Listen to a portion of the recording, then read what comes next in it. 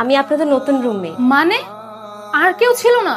Hostel supervisor রুমে যাব, গিয়ে কমপ্লেইন করব আমরা।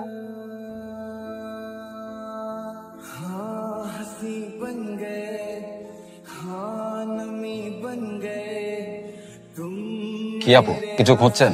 আমি অনেকক্ষণে আপনাকে ফলো করছিলাম। আরে ভয়ের কিছুই নেই, ঢাকায় নতুন না? হ্যাঁ। তা বাড়ি কোথায়? বান্দরবান। কেউ থাকে না? না। সমস্যা নেই, ঢাকায় প্রতিদিনই অনেক মানুষ আসে, এসে আপনার মতনই ঠিকানা খোঁজ করে। কেউ কেউ পায়, আবার কেউ হারিয়েও যায়।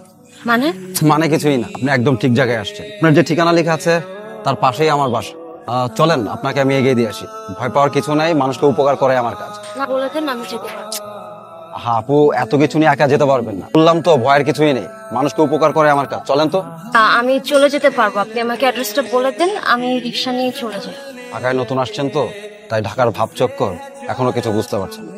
ঢাকা শহরে ফ্রিতে একটা গাছের পাতাও না, আর আমি ফ্রিতে উপকার করতে চাইছি, ধরেন এটা আমার একটা দায়িত্ব। শোনেন আপু, ওই রিক্সা নিয়ে যাবেন বললেন না, তখন রিক্সাওয়ালা জানবে যে আপনি ঢাকা শহরে কিছুই চেনেন না, অযথায় আপনাকে ঘোরান, আপনার কাছ থেকে বেশি ভাড়া আদায় করবে।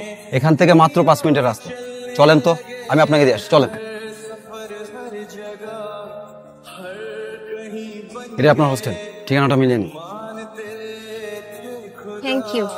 আর এটা আমি কখন বললাম আমার টাকা লাগবে? আপনি এত কষ্ট করে আমাকে এখানে নিয়ে এলেন, টাকা নিবেন না? নিবন। আপনি বললেন এই শহরের ফ্রিতে গাছের পাতাও নড়ে না, কেউ কারো সাহায্য করে না, আপনি আমার উপকার করলেন। কেউ করে না ঠিক আছে, কেউ কেউ আবার করে। আমার আপনার বয়সে একটা বোন ছিল, ও ঠিক আপনার মতোই গ্রাম থেকে শহরে এসেছিল পড়াশোনা করার জন্য, কিন্তু পড়াশোনা করা হয়নি। ঢাকায় এসে কিছু বখাটাদের খপ্পরে পড়ে যায়, ওরা ওকে ঠিকানা খুঁজে বের করে দিবে বলে কিডন্যাপ করে, আর আমাদের কাছ থেকে অনেক টাকা মুক্তিপণ দাবি করে। অত টাকা দেওয়ার মতো আমার পরিবারের সামর্থ্য ছিল না। আমরা পুলিশকে জানিয়েছিলাম, কিন্তু পুলিশ ওকে উদ্ধার করার আগেই ওরা ওকে মেরে ফেলে। বোনটার সাথে আমার সেদিনই শেষ কথা হয়। আমি ঢাকায় এখন একটা চাকরি করি, ওই বখাটেগুলোকে খুঁজে। যদি ওদেরকে খুঁজে পাই, শুধু একটা প্রশ্নই করি, কি দোষ করেছিল আমার বোন, কেন ওরা আমার বোনকে মেরে ফেললো? আর যদি এই প্রশ্নের উত্তরটা পেয়ে যায়, এই শহরটা আমি ছেড়ে চলে যাবো। আসলে এই শহরে আমার কোনো কাজ নেই, একটা চাকরি করি, আর অফিস ছুটি হলে বিভিন্ন বাস স্টপে যে ওই বখাটেগুলোকে খুঁজো। আপনার মতো নতুন কেউ আসলে তাদের সঠিক ঠিকানায় পৌঁছে দেওয়ার চেষ্টা করি। অনেক কথা বললাম, আপনার তো দেরি হয়ে যাচ্ছে, আপনি যান। ভালো থাকবেন। কে আপনি? আমি আপনাদের নতুন রুমমেট। আর কেউ ছিল না? এই আতিয়া, হোস্টেল সুপারভাইজার এটা কি করেছে? কি করছে? আমাদের সাথে নতুন রুমমেট এটা কাকে দিয়েছে? বারবার বলেছিলাম একজন ভালো রুমমেট দিতে। ভালো না খারাপ সেটা কিভাবে বুঝবি? হোস্টেল সুপারভাইজার রুমে যাব, গিয়ে কমপ্লেইন করব আমরা। তোর সমস্যা হলে তুই যা, আর এর মধ্যে আমাকে টানিস না। তুমি এখনো দাঁড়িয়ে আছো কেন? যাও, বেটে গিয়ে ব্যাগপত্রগুলো গুছিয়ে নাও।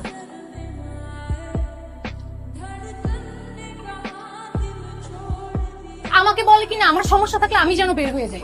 নতুন একটা মেয়ের জন্য সে আমাকে অপমান করলো। কি রে, তুই কি এখনো চুপ করে থাকবি? আপনি এই রুমে আসছেন ভালো কথা, কিন্তু এখানে বেশি দিন থাকা যাবে না। সুপারভাইজারকে বলে অন্য রুমে চলে যাবেন, আর না হলে আমি থাকবো না এখানে।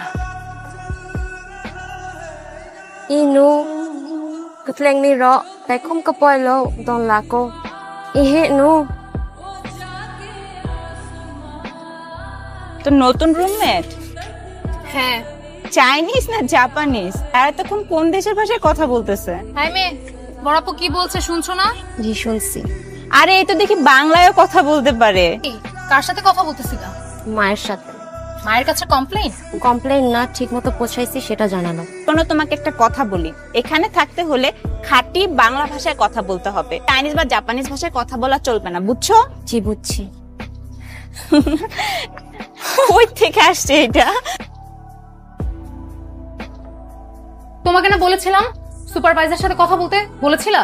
আপু তাহলে যাওনি কেন এখনো রুম থেকে? কোথাও কোনো সিট খালি নাই, সুপার বলছে এই রুমেই থাকতে। আমি যে তোমাকে রুম থেকে যেতে বললাম সেটা? তো কোনো রুমে সিট খালি থাকলে আমি নিজেই চলে যেতাম। সেটা আমার দেখার বিষয় না, তোমার সাথে আমি রুম শেয়ার করতে পারবো না, তুমি এই রুম থেকে বেরো। আপু আর কয়েকটা দিন থাকি। কয়েক মিনিটও না। কি হলো, যাও।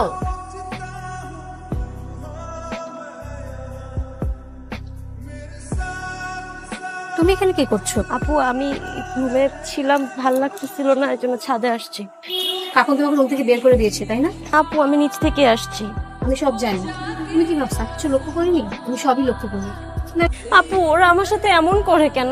আমি পাহাড় থেকে আসছি দেখে আমি ওদের মতো দেখতে না, তাই? সবাই কোথায় এমন করে? হোস্টেলে তো আরো মেয়েরা আছে, তারাও কি তোমার সাথে এরকম করে? না একজনের কথায় তুমি কেন কষ্ট পাচ্ছ?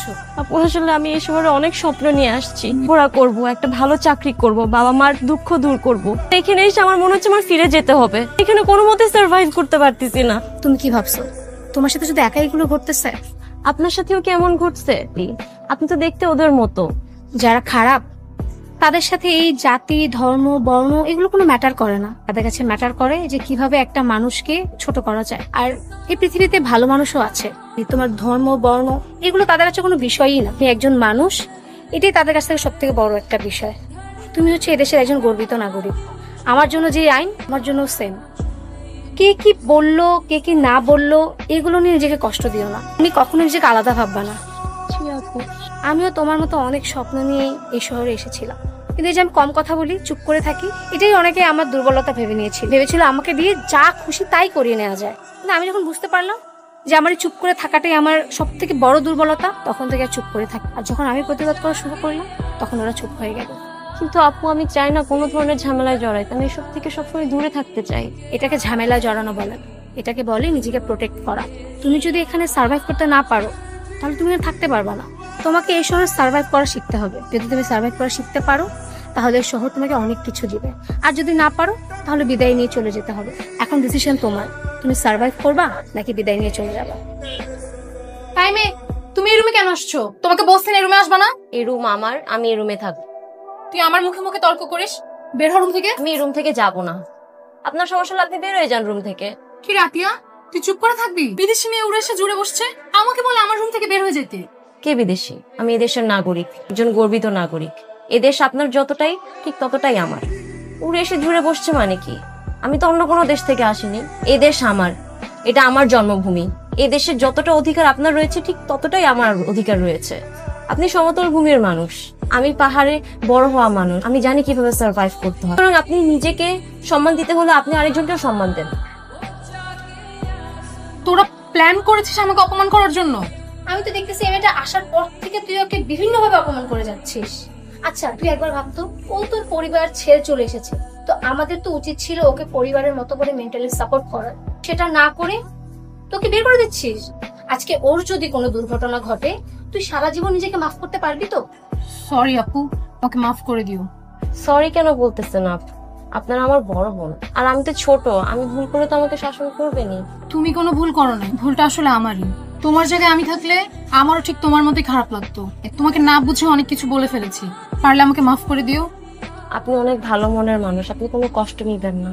আমি এখন বাসায় বলতে পারবো যে আমার দুটো বোন আছে। আমার বাসায় আমাকে নিয়ে আর চিন্তা করা লাগবে না।